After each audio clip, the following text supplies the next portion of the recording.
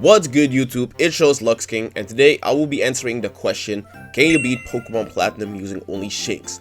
Shinx is my favorite Pokemon of all time and I thought it doesn't get enough love, and so I decided to test it and see if it has what it takes to conquer the Sinnoh region. The rules for the challenge are very simple. I'm only allowed to use Shinx in battle. I will need other Pokemon to get around the region, but I'm not allowed to use any of them in battle. I'm also banning evasion moves, as almost every Pokemon can learn Double Team, and I feel that defeats the purpose of the challenge when I Double Team spam through fights. Also, I am banning Hidden Power, since the move is just too random for a run-to-run base to be consistent. Not to mention, if you get the correct Hidden Power, it can make a run much easier than if you got a bad typing, so we are banning all the moves altogether. With that all being said, let's get straight into the strength and weaknesses of Shinx.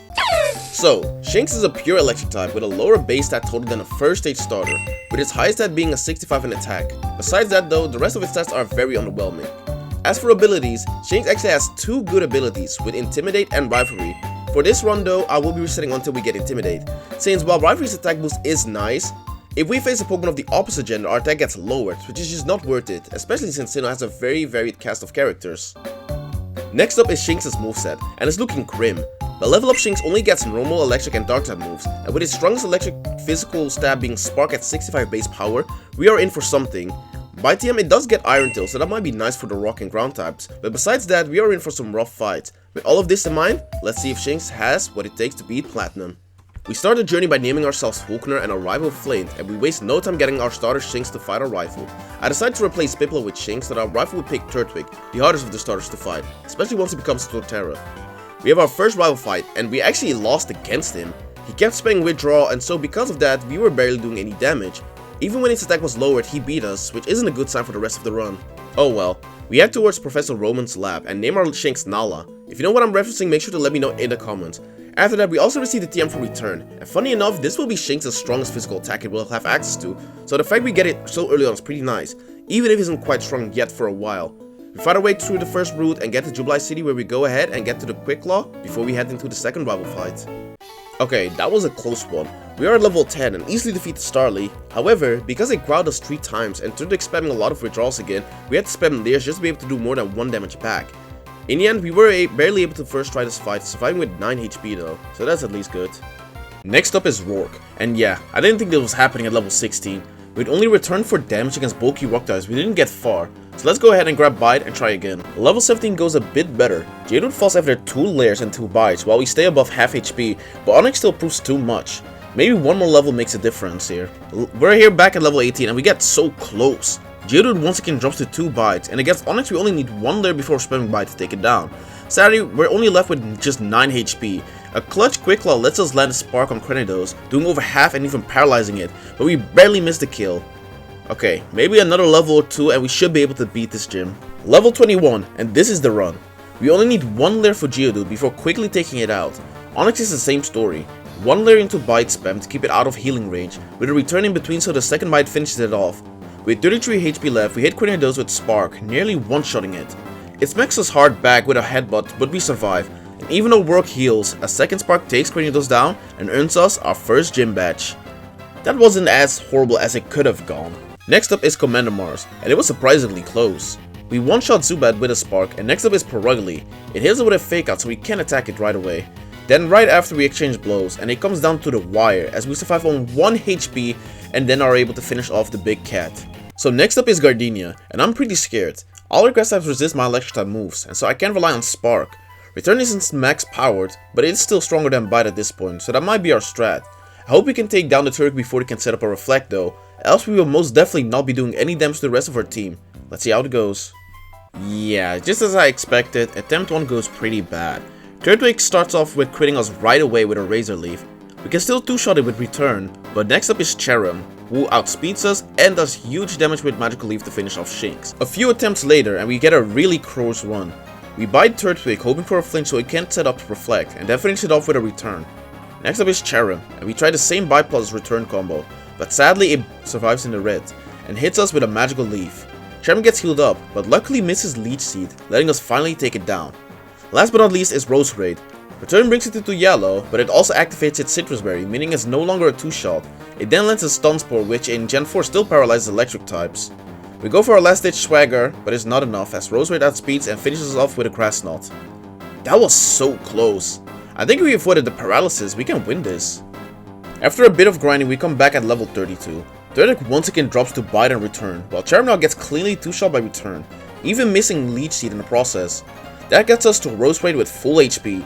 It still outspeeds and hits us with a magical leaf for about a third of our HP, but this time we bite to keep it out of berry range, survive another magic leaf, and finish the fight with return. Wow, that was rough. I'm honestly surprised we still couldn't outspeed Roast Raid, even though we are a hasty nature. Then again though, with its base speed stat, I guess it wasn't that weird. Next up is Galactic Commander Jupiter. We one-shot the Zubat with Spark, and next up is Skuntank. We hit it for 1/3 with return, while it hits us for 1/3 as well with Night Slash. However, because Shinx has a speed tie against it, it's able to deal a final blow. Not that surprising. I didn't expect to lose to Jupiter of all people. Let's try again and see, shall we? Second attempt, and this time we do beat Jupiter. We one-shot our Zubat again, and next up is Skuntank. Luckily this time, it decided to go for a smokescreen and a poison gas, which misses. We were able to get it into red before it hits us with a crit Night Slash, taking us all the way from full to red. Luckily, we hit our Spark and we finish it off.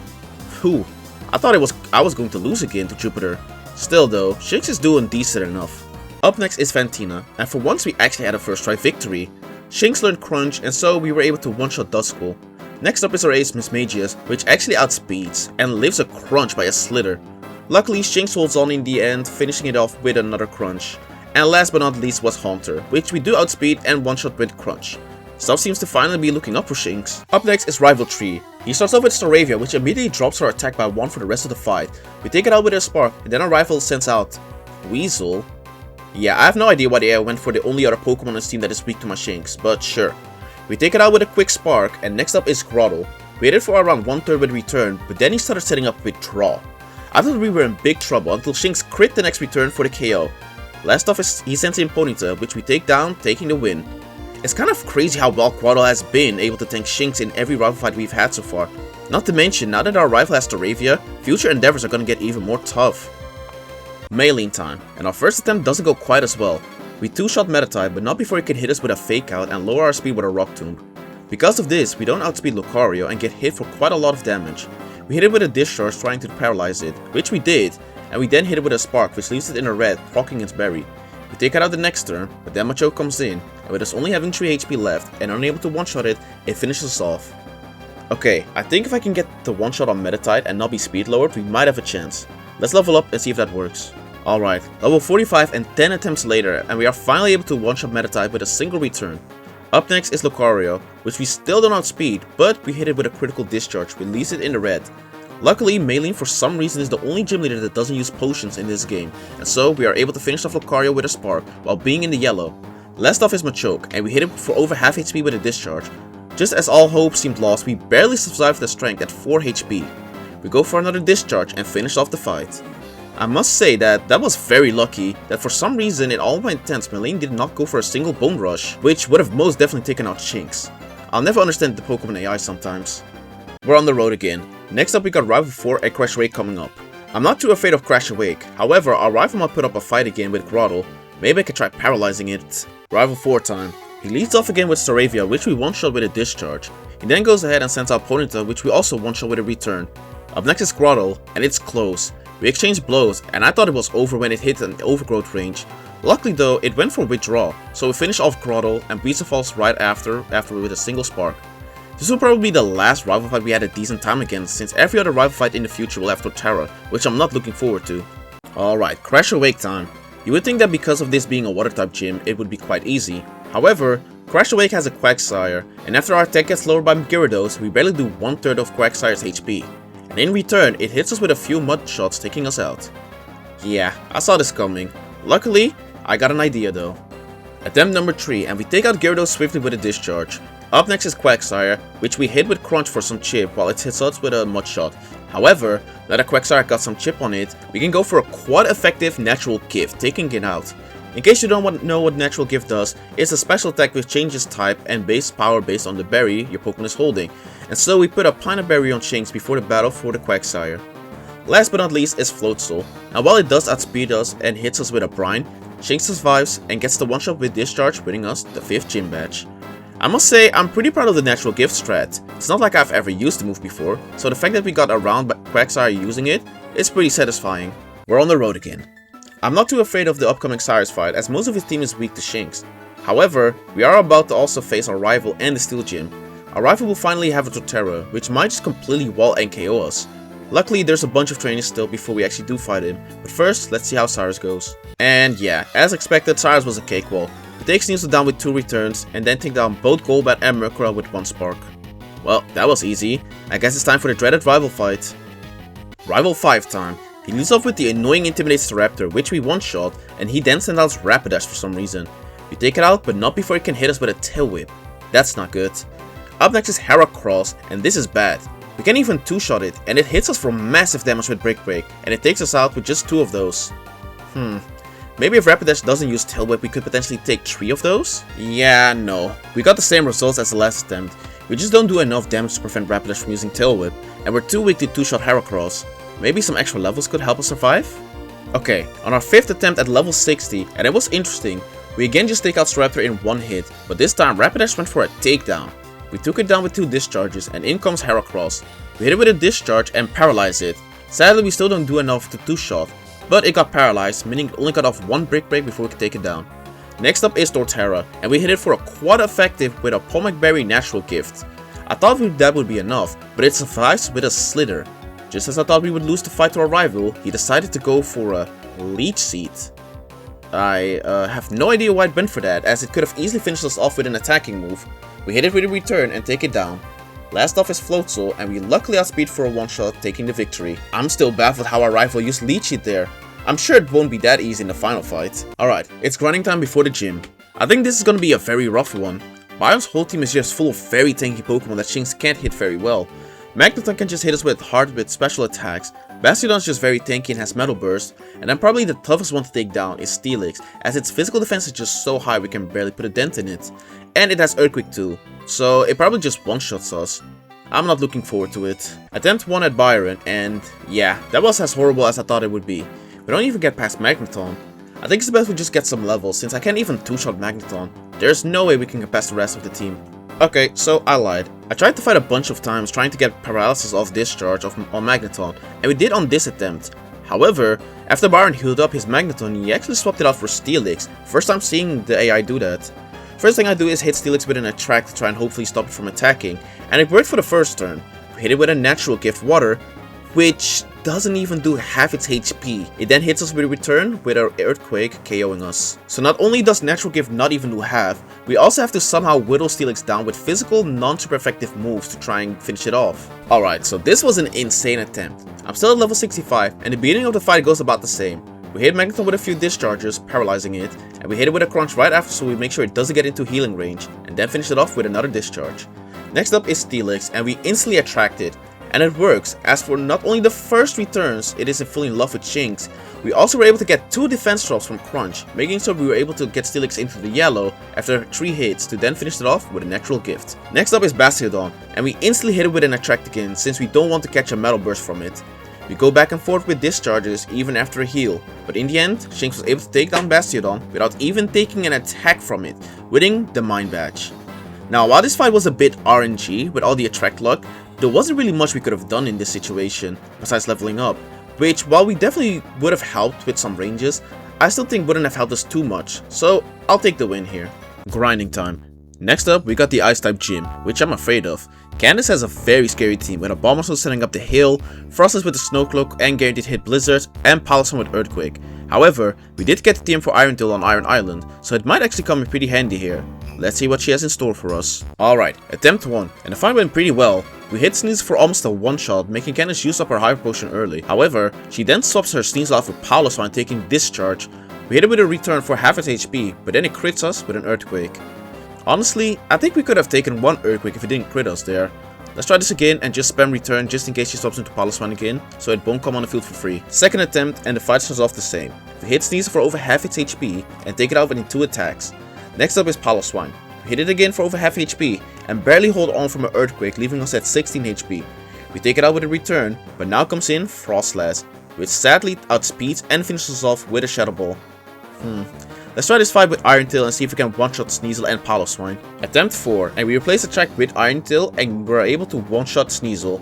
Next up is Piloswine, and I wasn't sure if Iron Tail would be enough to one-hit it, but it was. So we are almost at full HP when Frostless comes out. It goes for a double team, which was very scary, but luckily Shinx comes through and one-shots it with a crunch. Last off is Abomasnow, which we hit with an Iron Tail for almost a one-shot. However, in return it went for a Wood Hammer, which did a lot of damage to Shinx. But because it dealt so much damage, the recoil actually took it out before it could heal itself. And so we won our 7th gym.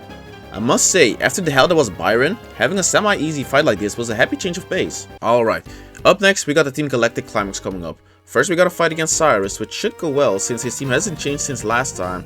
Right after we got a second fight against Saturn, which also should be a cakewalk. The thing I'm worried about are the fights at Mount Coronet. We got the multi-battle against Mars and Jupiter, which can be a hit or miss depending on our rifle, and right after we got Cyrus in the Distortion World.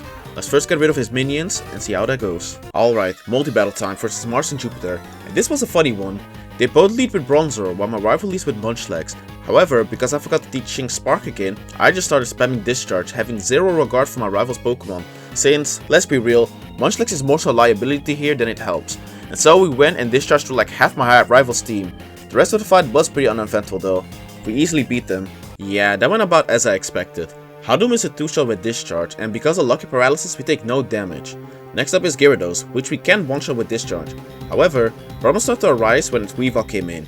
It hits us with a Fake Out for some chip damage, making us unable to move. It then outspeeds us and hits us for good damage with an Ice Punch. I tried to see if Iron Tail would one-shot, but it missed. Weavile hits us with another Ice Punch, leaving us on a Slither, and I decided to go for Discharge to see if we could get the Paralysis, which we couldn't, and Weavile finished us off. Okay, so I'm seeing that Weavile is kind of a problem here. Not only does it outspeed Shinx, but it's also able to tank our discharges quite well with its Held Citrus Berry. And while I think Iron Tail could get the 2-shot, it being a 75% accurate move makes it kind of a hit or miss. Let's see if the next attempt might go better. Wow, this attempt actually went worse. Houndoom didn't get paralyzed this time, and so it hit Shinx with a Flamethrower, which put us all the way in the yellow, making it so that Weavile is able to finish us off in just 2 attacks. Maybe it's an idea to change my held item?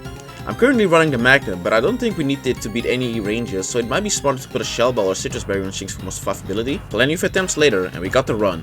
Here we hit Houndoom for half HP with Discharge and dodged the Will-O-Wisp. We finished it off with a return, so we are at full health.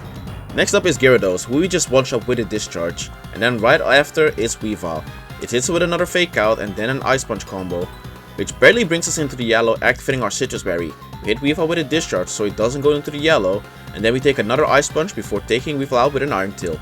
Next up is Honchkrow, which we outspeed and one-shot with a Discharge, and last out is Crobat. It outspeeds us and hits us with a Cross Poison, which we barely survive with 6 HP. We hit it with one more Discharge and take the win. Wow, this fight was much rougher than I thought it'd be. The fact that we almost lost to the speed advantage Crobat had was scary. Luckily, it seems like the Citrus Berry recovery actually made a difference there. We're back on the road towards the last gym, Volkner. Honestly, I think this fight will just come down to who hits the hardest and fastest. Shinx doesn't really learn any new moves it could use for this fight, so we just have to brute force it. Let's hope the level advantage is enough, and if not, I still got some rare candies in my bag from Trout to Sinnoh, so we can get some levels if need be.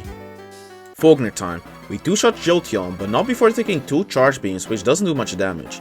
Next up is Raichu, which we barely miss out on the 1 hit.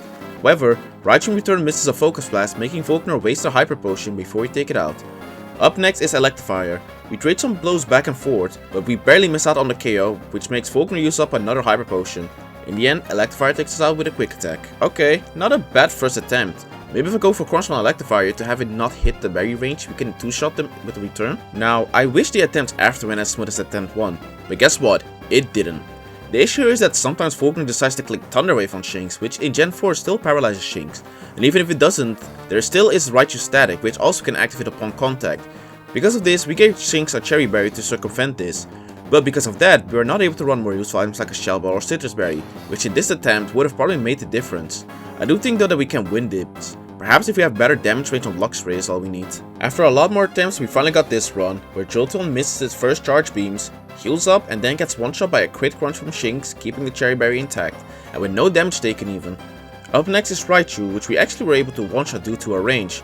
So right after is Electivire, which we were able to 2-shot after a crunch and a return combo. And last off is Luxray, and we're in a good position. We hit a return for what seems to be just about 50%, and I thought all hope was lost.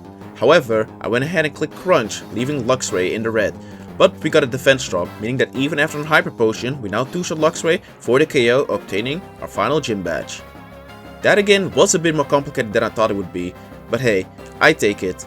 Only at level 77 the fight again could have gone better if he just used the rare candies I had saved up. That way Raichu and Luxray wouldn't have been damage ranges, but honestly, it's better to save these for the Elite Four, so I'm glad I get to save them just for a little while longer. Alright, final preparation time. We're nearing the end of the game, but there is still our final rival fight in the Elite Four. Now, our rival is what I'm afraid of. He leads with his intimidating Staraptor, which means throughout the rest of the fight, we fight with a nerfed attack stat. Not to mention that now that his Torterra has Earthquake, which most likely one-shots us, but even if we manage to beat Torterra, he still has a Heracross which can hit us very hard with close combat, and Snorlax which also knows Earthquake. Yeah, his team is a menace. I'm not even sure we can get past this, but we made it this far, so we just have to find a way. I'm gonna use the rare candies I got as well, since I think we will hit a wall with this fight. Time for the final rival fight, and yeah, this went about as I expected. We one-shot Staraptor easily, but right after it comes in Torterra. Now, for this fight I gave Shinx Natural Gift again, with an Asper Berry. Sadly though, even with a quad effective ice move, we still don't one-shot, and so we have to hit Torterra at least once for some chip damage before we can finish him with a Natural Gift. We take one Earthquake, but are left in red HP after KOing it. Next up is Snorlax, and Snorlax tanks a discharge pretty well and finishes us off with an Earthquake. Yeah, the issue here is that even if we live in Earthquake, we just have barely any HP left. Not to mention, we can attack Snorlax only with either a weakened attack stat or discharge from our lower special attack. And because Snorlax is just a tank of a beast, we would need 2 crits in a row, plus paralysis to even get past it. But that's not reliable. Okay, so after a lot of attempts, I went ahead and brainstormed, and something I forgot about was the move tutor in Platinum. Basically, there are multiple move tutors in the game, which are all able to teach your Pokemon special moves they normally wouldn't have access to learning.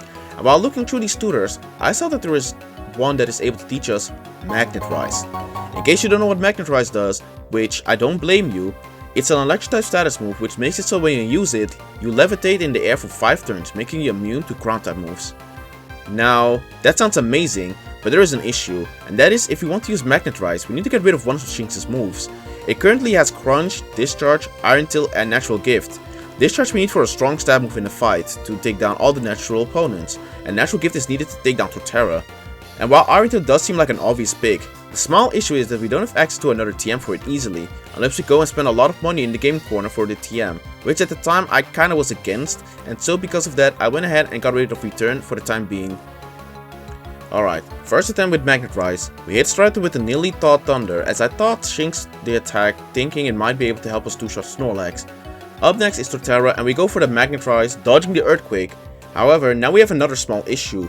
Because I got rid of Return, we now have to rely on Iron Tail to do the required chip damage to finish off Torterra. With a Natural Gift, however, due to its atrocious 75 accuracy, we end up missing the first one, letting Torterra hit us with a Leaf Storm that does around half, but sharply lowers its special attack. We go for another Iron Tail, and it launches another Leaf Storm, leaving us just at the range again we were at even without Magnet Rise. We take out Torterra, but then Snorlax comes in and just finishes off with a Body Slam. There must be something we can do. Torterra still does too much damage for us, even if we can avoid the Earthquake. I so went and checked out the TMs for Shinx once again, and came up with probably the weirdest strat yet this run. Many attempts later, and we got this amazing run. We first take care of Staraptor with a quick Thunderbolt, and up next is Torterra. We instantly go for a Magnet Rise to dodge its Earthquake and start using Iron Tail. Our first hit gets the defense drop, which helps a lot, and then we go for Rest, since by the time we wake up from it, it's just when Magnet Rise effect would run out. And so we wake up and set back our Magnet Rise while it's in the red. We went back and forth until for some reason Barry kept spamming Synthesis, which gave us enough time for Shinx to lock in and gets a critical Iron Tail for the KO.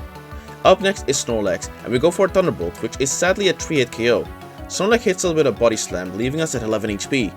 However, now we are in a predicament, since the AI sees a KO with any move.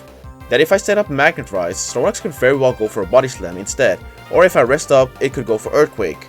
But since there isn't much else we could do, I clicked Magnet Rise, and Snorlax actually went for the Earthquake, so we dodge it and click Rest immediately.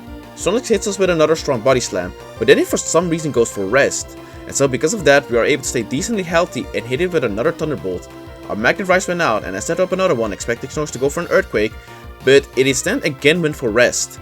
I have no idea what the AI is doing, but because of that, we are actually able to take our Snorlax with more than half our HP.